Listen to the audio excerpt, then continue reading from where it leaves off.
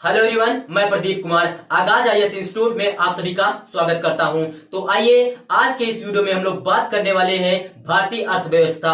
भारतीय अर्थव्यवस्था से रिलेटेड यूपीएससी के प्रीलिम्स और मेंस के लिए आज के जितने भी मोस्ट इंपोर्टेंट टॉपिक है हम आप लोगों के लिए लेकर आए हैं। तो चलिए देखते हैं। तो देखिए, प्रीलिम्स के लिए जो टॉपिक है वो crypto currency, virtual digital asset और बिटकॉइन है, और मेंस के लिए जो टॉपिक है वो क्रिप्टो करेंसी बाजार में नियामक चुनौतियां और क्रिप्टो करेंसी एवं अर्थव्यवस्था पर इसका प्रभाव, और क्रिप्टो करेंसी और मनी लॉन्ड्रिंग, क्रिप्टो के प्रति भारत का दृष्टिकोण। तो आइए हम यूपीएससी के प्रीलिम्स और मेंस के इन सभी टॉपिक के बारे में पूरे विस्तार से चर्चा करते हैं। तो देखिए चर्चा में क्यों है, आइए जानते हैं। हाल ही में यूरोपीय संसद ने क्रिप्टो संपत्ति बाजार विनियमन को मंजूरी दे दी है। यह नियमों का विश्व का पहला व्यापक समूह है जिसका लक्ष्य बड़े पैमाने पर अनियमित क्रिप्टो करेंसी बाजारों को सरकारी विनियम के तहत लाना है। यह विनियमन सदस्य देशों के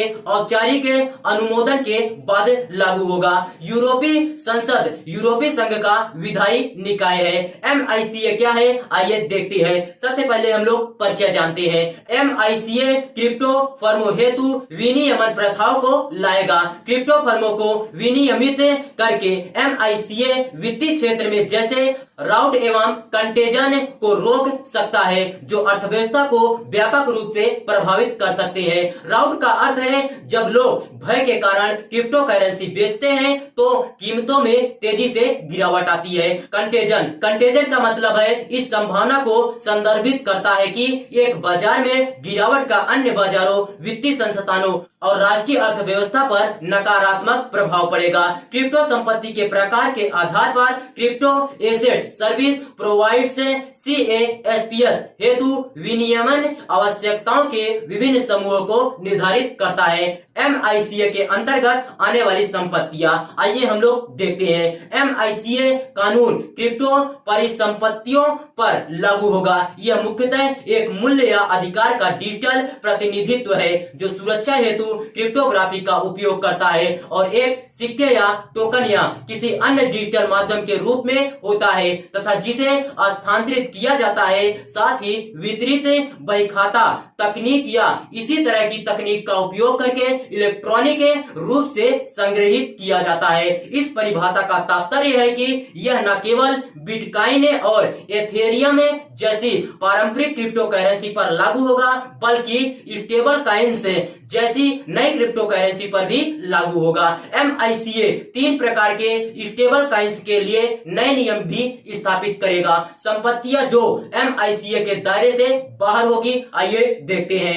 MICA उन डिजिटल संपत्तियों को विनियमित नहीं करेगा जो हस्तांतरणीय प्रतिभूतियों के रूप में योग्य होगी और शेयरों या उनके समकक्ष तथा अन्य क्रिप्टो संपत्तियों की तरह कार्य करेगी एवं जो पहले से ही मौजूदा विनियमन के तहत वित्तीय साधनों के रूप में योग्य है। यह नॉन फंजिबल टोकन NFT को भी बाहर कर देगा। MICA यूरोपीय सेंट्रल बैंक द्वारा जारी केंद्रीय बैंक, डिजिटल मुद्राओं और यूरोपीय संघ के सदस्य देशों के राष्ट्रीय केंद्रीय बैंकों द्वारा जारी की गई डिजिटल संपत्तियों को भी नियंत्रित नहीं करेगा जब वे मौद्रिक अधिकारों के रूप में अपनी क्षमता के साथ प्रदान की जाने वाली क्रिप्टो संपत्ति से संबंधित सेवाओं के रूप में कार्य करेगा। MICA के तहत नए नियम, आइए देखते हैं। CASP का विनियमन, आइए समझते हैं। CASP को यूरोपीय संघ ने एक कानूनी इकाई के रूप में शामिल किया जाना चाहिए। वे किसी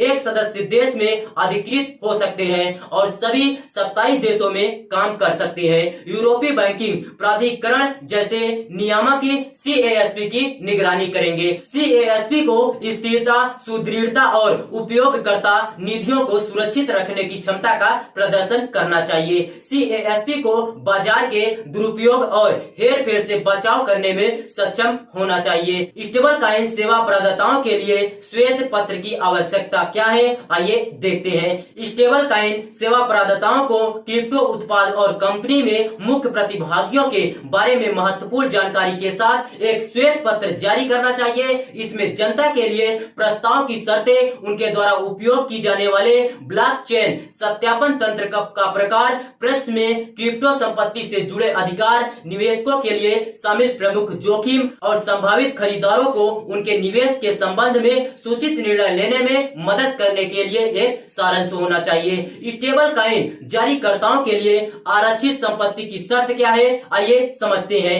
स्टेबल कॉइन जारीकर्ताओं को तरलता संकट से बचने के लिए उनके मूल्य के अनुरूप पर्याप्त भंडार बनाए रखने की आवश्यकता होगी। स्टेबल कॉइन उपयोगकर्ताओं के लिए अपर्याप्त भंडार का अप्रत्याशित प्रभाव हो सकता है और उनके परिणाम स्वरूप अधिक क्षति हो सकती है। स्टेबल कॉइन फर्मों गैर यूरो मुद्राओं के लिए लेन देन की सीमाएं क्या है, आइए हम लोग समझते हैं। गैर यूरो मुद्राओं से जुड़ी स्थिर मुद्रा फर्मों को एक निर्दिष्ट क्षेत्र में 200 मिलियन 220 मिलियन की दैनिक लेन देन सीमा डेली वॉल्यूम के साथ निर्धारित करना होगा। लेन देन की सीमा की उद्देश्य स्टेबल कॉइन से जुड़े जोखिमों और वित्तीय स्थिरता पर उनके प्रभाव का प्रबंधन करना चाहिए। क्रिप्टो कंपनियों के लिए एंटी मनी लॉन्ड्रिंग उपाय क्या है, आइए देखते हैं। मनी लॉन्ड्रिंग और आतंकी वित्त पोषण गतिविधियों को रोकने के लिए क्रिप्टो कंपनियों को अपने स्थानीय एंटी मनी लॉन्ड्रिंग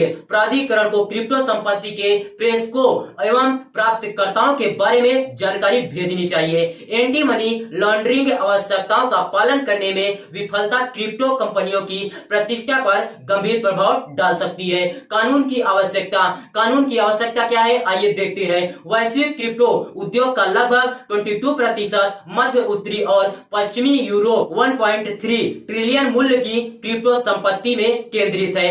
MICA जैसा एक व्यापक ढांचा है जिसे अमेरिका या ब्रिटेन की तुलना में यूरोपीय संघ को अपने विकास में प्रतिस्पर्धात्मक बढ़त मिलेगी। बढ़ते निवेश और क्रिप्टो उद्योग के आकार ने दुनिया भर के नीति निर्माताओं को स्थिरता सुनिश्चित करने के लिए क्रिप्टो फर्मों में शासन प्रथाओं को सुनिश्चित करने हेतु प्रेरित किया है। महत्व क्या है, आइए देखते हैं। यह FTX फ्यूचर एक्सचेंज संकट के बाद भी क्षेत्र में अपने विश्वास को बहाल करते हुए उपभोक्ताओं को धोखाधड़ी से सुरक्षित रखेगा। यह क्रिप्टो संपत्ति और CASP जारीकर्ताओं के लिए अनुपालन सुनिश्चित करेगा। क्रिप्टो करेंसी को विनियमित करने के मामले में भारत की स्थिति क्या है, आइए समझते हैं। क्रिप्टो संपत्तियों के लिए भारत के पास अभी तक एक व्यापक नियामक ढांचा नहीं है। हालांकि इस पर एक मसौदा कानून कथित तौर पर काम कर रहा है। वर्ष 2017 में RBI ने चेतावनी जारी की कि आभासी मुद्राएं क्रिप्टो करेंसी भारत में कानूनी निविदा नहीं है। हालांकि आभासी मुद्राओं पर कोई प्रतिबंध नहीं लगा। वर्ष 2019 में RBI ने जारी किया कि क्रिप्टो करेंसी में व्यापार धारण अथवा हस्तांतरण उपयोग भारत में वित्तीय दंड या और 10 वर्ष तक के कारावास की सजा के अधीन है। सर्वोच्च न्यायालय ने वर्ष 2020 में भारत में RBI द्वारा क्रिप्टो करेंसी पर लगाए गए प्रतिबंध को हटा दिया। वर्ष 2022 में भारत सरकार के केंद्रीय बजट 2022-23 में स्पष्ट रूप से उल्लेख किया गया है कि किसी भी आभासी मुद्रा क्रिप्टो करेंसी संपत्ति का हस्तांतरण 30% कर कटौती के अधीन होगा। जुलाई 2022 में RBI ने देश के मौद्रिक और राजकोषीय व्यवस्था के लिए अस्थिर प्रभाव का हवाला देते हुए क्रिप्टो करेंसी पर प्रतिबंध लगाने की सिफारिश की थी। भारत ने दिसंबर 2022 में अपनी central bank digital currency CBDC अथवा ई-रुपया लॉन्च किया। यह अभी अपने पायलट आरंभिक चरण में है। सरकार ने ब्लॉकचेन तकनीकी के उपयोग और सेंट्रल बैंक डिजिटल मुद्रा CBDC जारी करने की संभावना का पता लगाने के लिए एक पैनल भी स्थापित किया है। हाल ही में केंद्रीय वित्त मंत्रालय ने गजट अधिसूचना के माध्यम से आभासी डिजिटल परिसंपत्ति VDA अथवा क्रिप्टो करेंसी को PMLA के तहत शामिल किया है। तो देखिए, अगर आप लोगों को इसका PDF चाहिए तो इसका PDF हम टेलीग्राम चैनल पर अपलोड कर देंगे। टेलीग्राम चैनल का नाम है आगाज IAS इंस्टीट्यूट और टेलीग्राम चैनल का लिंक हम इस वीडियो के डिस्क्रिप्शन में दे देंगे। आप यहां से भी जाकर टेलीग्राम चैनल को ज्वाइन कर सकते हैं और PDF डाउनलोड कर सकते हैं।